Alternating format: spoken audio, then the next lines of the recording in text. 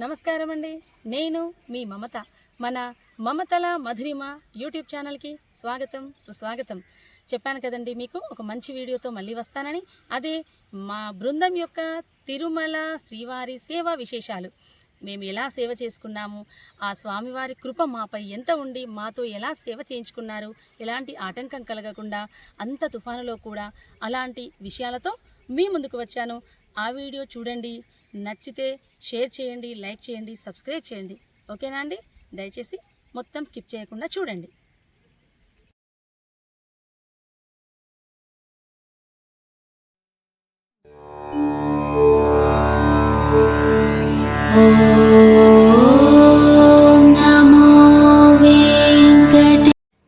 ముందుగా మా ప్రయాణం బెల్లంపల్లి రైల్వే స్టేషన్ నుండి మొదలైంది.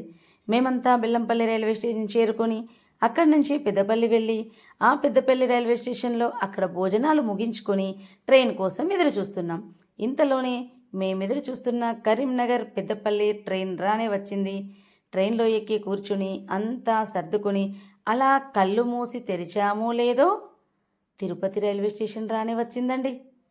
హడావిడిగా అన్ని సర్దుకొని ఆ రైల్వే స్టేషన్లో దిగి మేమంతా అక్కడ బస్సు మాట్లాడుకొని టోల్గేట్ దగ్గర ఆ వెంకటేశ్వర స్వామిని దర్శనం చేసుకొని టోల్గేట్ చెకింగ్ పూర్తి కాగానే అక్కడ ఆ కొండల యొక్క అందాన్ని ఆస్వాదిస్తూ మళ్ళీ తిరిగి మేం బస్సు ఎక్కాము. అదివో అల్లదివో శ్రీహరివాసము, కొండలలో నెలకొన్న కోనేటి రాయడువాడు అంటూ మేమంతా తన్మయత్వంతో ఆ ప్రకృతి అందాలను చూస్తూ అలా ప్రయాణం చేశామో లేదో మా సదన్ రానే వచ్చిందండి. ఆ సదన్కు చేరుకొని ఎదురుగా దర్శనమిస్తున్నటువంటి స్వామివారిని దండం పెట్టుకొని లోపలికెళ్ళి అందరం చక్కగా ఫ్రెష్ అయిపోయి మాకు ఏర్పాటు చేసినటువంటి సత్సంగంలో కూర్చున్నాము. అక్కడ మాకు ఈ 7 రోజుల సేవలో ఎలా మసులుకోవాలి, ఎలా ఉండాలి అనేటువంటి దిశానిర్దేశంతో మా సేవకు మేము సిద్ధమయ్యాము. అదే రోజు మాకు సాయంత్రం సేవ పడింది. ఆ సేవకు వెళ్ళడానికి మేమందరం బయటికి వచ్చి మొట్టమొదటిగా కొండ మీద ఉన్నటువంటి ఆది వరాహస్వామిని దర్శనం చేసుకున్నాము. ఆ వరాహస్వామిని ఎందుకు దర్శనం చేసుకోవాలో తెలుసా? కలియుగ వైకుంఠమైన తిరుమలకు వెంకటాచలం అనే పేరు కూడా ఉన్నదని చాలామందికి తెలుసు. కానీ తిరుమలను ఆది వరాహ క్షేత్రం అంటారని తెలిసిన వారు చాలా తక్కువ. అంతేకాదు, శ్రీవారి దర్శనం కంటే ముందుగా వరాహస్వామి వారి దర్శనం చేసుకోవాలట.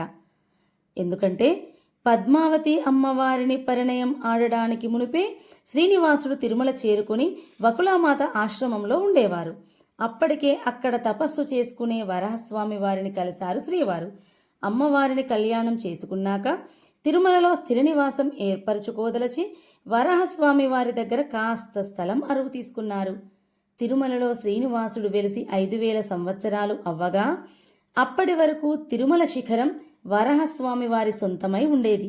అప్పటిలో వరాహస్వామి వద్ద శిఖరంపై 100 చదరపు అడుగుల స్థలాన్ని బహుమతిగా తీసుకున్నారు వెంకటేశ్వర స్వామి.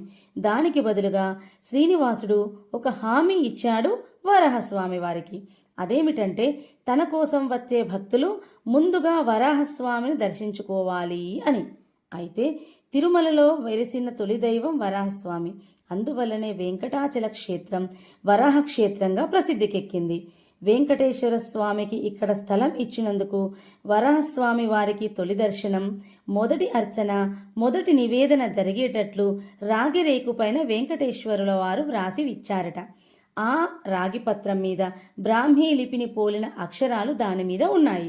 ఈ రాగిరేకును ఇంతకు ముందు హారతి టిక్కెట్లు కొన్న భక్తులకు హారతి సమయంలో చూపించేవారు. కానీ ఇప్పుడు రద్దీ పెరగడం వలన వరాహస్వామి విశిష్టతను ఆ రాగిరేకును చూపించే సమయం లేదు. భక్తులు ముందుగా వరాహస్వామిని దర్శించుకుంటే ఆ శ్రీనివాసుడు సంతోషిస్తాడని పెద్దలు చెబుతుంటారు. ఒకవేళ వరాహస్వామిని దర్శించుకోకుండా గాని భక్తులు తిరుమల నుండి తిరిగి వస్తే ఆ యాత్రా ఫలం దక్కదని చెబుతారు మన పెద్దలు. కనుక తిరుమల శ్రీవారిని దర్శించుకునే ప్రతి భక్తుడు కూడా వరాహస్వామి దర్శనం చేసుకుంటేనే యాత్రా ఫలం సంపూర్ణ సిద్ధిని కలిగిస్తుందట. ఇదండి వరాహస్వామి వారి యొక్క గొప్పతనం. ఇక మా మొదటి రోజు సేవ తరిగొండ వెంగమాంబ అన్నదాన సత్రంలో పడిందండి. అక్కడ క్యాలెండర్లు, అగరబత్తులు అమ్మేటువంటి సేవ అన్నమాట. అక్కడ ఆ సేవ చేసుకొని అనంతరం గోవిందనామాలు కాసేపు అలా భజన చేసుకున్నాము. అనంతరం ఆ వెంగమాంబ సత్రంలోనే భోజనం ముగించుకొని అక్కడి నుండి అందరం మా సేవా సదనకు బయలుదేరాం. అయితే మీరు ఈ సత్రంలో ఒకటి గమనించారో లేదో, అక్కడ ఒక ఊహాచిత్రం ఉంటుందండి. శేషాచల శిఖరాల్లో వెలిసినటువంటి శ్రీశైలం, త్రిపురాంతకం, మహానంది, అహోబిలం నుండి తిరుమల వరకు ఉన్నటువంటి ఆయా క్షేత్రాల్లో వెలిసినటువంటి ఊహాచిత్రం చూడ్డానికి ఎంత ఆకర్షణీయంగా ఉంటుందో తెలుసా. ఇదంతా చూసుకుంటూ మేము మా సేవా సదనకు వచ్చి హాయిగా విశ్రాంతి తీసుకొని ఉదయం లేచేసరికి మా శోభక్క, మా టీం లీడర్ మాకు ఒక మంచి అద్భుతమైన విషయాన్ని చెప్పిండ్రు. అదేంటంటే ఆ రోజు మా డ్యూటీ దేవుడి దగ్గర, దేవుడి సన్నిధానంలో. ఎంత ఆనందంగా ఉంటుంది కదండి. అందరూ అది విని ఎగిరి గంతేసి హడావిడిగా తయారైపోయి మంచిగా సేవా డ్రెస్సులు వేసుకొని రెడీ అయ్యారండి సేవకి. ఎంత ఆనందం చూసారో, ఒక్కొక్కరి మొహాల్లో వెలిగిపోతున్నారు చూడండి మా వాళ్ళంతా. అక్కడికి వెళ్ళాం. ఆ రోజు ఎంత అద్భుతమైన తిథి తెలుసా అండి, ఏకాదశి. మేమందరం ఏ జన్మలో ఏ పుణ్యం చేసుకున్నామో మా వాళ్ళకి, రాజ్యలక్ష్మి గారికి, స్వప్నకి, రాజమణి గారికి మరియు సుమ వీళ్ళందరికీ మొదటి గడప దగ్గర పడిందండి. స్వామివారిని చూసుకుంటూ 6 గంటలు గడిపే అదృష్టం ఎవరికి వస్తుందండి. ఆ రోజు ఇంకా గొప్ప విశిష్టమైన రోజు ఏంటంటే, ఆ రోజు ఉత్పన్న ఏకాదశి అండి. మనకి సంవత్సరంలో 24 ఏకాదశులు ఉంటాయన్న సంగతి అందరికీ తెలిసిందే. ఆషాఢమాసం శుద్ధ ఏకాదశి రోజున శ్రీ మహావిష్ణువు యోగ నిద్రలోకి వెళ్ళి సరిగ్గా 4 నెలల తర్వాత కార్తీక మాసం శుద్ధ ఏకాదశి రోజున యోగ నిద్ర నుంచి మేల్కొంటాడు. ఆ ఏకాదశి ఉత్థాన ఏకాదశి. తర్వాత వచ్చే 15 రోజులకు వచ్చేటువంటి ఏకాదశి ఉత్పన్న ఏకాదశి. ఆ రోజు స్వామివారి జన్మ నక్షత్రమట. ఆ రోజు ఎవరెవరికి దర్శనం అంటేనండి, ఆలయ సిబ్బందికి, వారి కుటుంబాలకి, ఆల్వార్ల వంశస్థులకి, తరువాత 10 లక్షల డోనర్స్కి, వాళ్ళందరికీ మొదటి గడప దర్శనం. ఎంత రద్దీ అంటే జనాలతో, అంత రద్దీలో కూడా మా వాళ్ళకి, మాకు ఎంత మంచి దర్శనం అయిందంటే అసలు చెప్పలేమండి. చాలా అదృష్టం అనేవి చెప్పొచ్చు. ఇంకా అనంతరం 2వ రోజు నుండి మాకు విజిలెన్స్ డిపార్ట్మెంట్ పక్కన ఉన్నటువంటి, ఆ ఫైర్ స్టేషన్ పక్కన ఉన్నటువంటి పరకామణి సేవకు వచ్చేటువంటి వాళ్ళకి, ఇక్కడ తిరుమల కొండపై పనిచేసేటువంటి సిబ్బంది వాళ్ళందరికీ కూడా క్యాంటీన్ ఉంటుంది ఒకటి. ఆ క్యాంటీన్లో మాకు వరుసగా 5 రోజులు కూడా అక్కడే పడిందండి డ్యూటీ.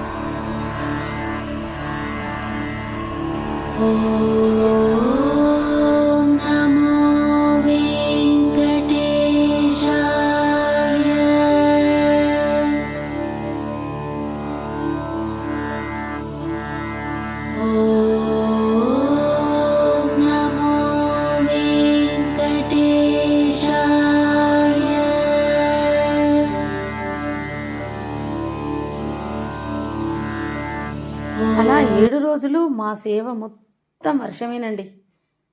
ఫింగల్ తుఫాన్. ఆ తుఫాన్లో కూడా మేము ఉదయం 5:30కు మా సేవ మొదలైతే మధ్యాహ్నం 2 గంటల వరకు. అయినా మా వాళ్ళు చూడండి, ఈ వర్షం స్వామివారి భక్తి ముందు ఈ వర్షం మమ్మల్నేం చేస్తుంది అనే విధంగా వాళ్ళ జాగ్రత్తలో వాళ్ళుంటూ చక్కగా సేవ ముగించుకుంటూనే ఉన్నారు. ప్రకృతి చూడండి ఎంత రమణీయంగా ఉందో ఈ వర్షంలో. అసలు ఇలాంటి ప్రకృతి అందాలు మనం ఎక్కడైనా చూడగలుగుతామా అండి? ఆ స్వామివారి సన్నిధిలో ఎంత మాకు అనిపించిందంటే ఆనందం. నిజంగా ఏ జన్మలో మేమేం పుణ్యం చేసుకున్నాము అనేటువంటి భావనలోనే ఆ 7 రోజులు గడిచిపోయాయండి. నిజంగా అప్పుడు అనిపించింది, ఈ భూమిపై మానవ జన్మ ఎత్తడం మనం చేసుకున్న ఏ పూర్వజన్మ సుకృతమో కదా అని.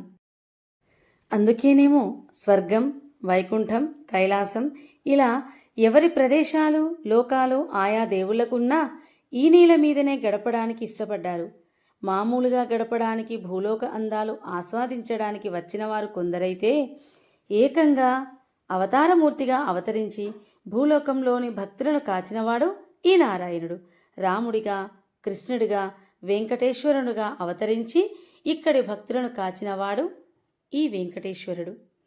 విన్నపాలు వినవలే వింత వింతలు పన్నగ పొదోమ తెర పైకెత్త వేలయ్యా అని అన్నమయ్య అన్నట్లు ఏకంగా తన మంచు తెరతో కప్పేసింది ప్రకృతి కాంత మన స్వామిని.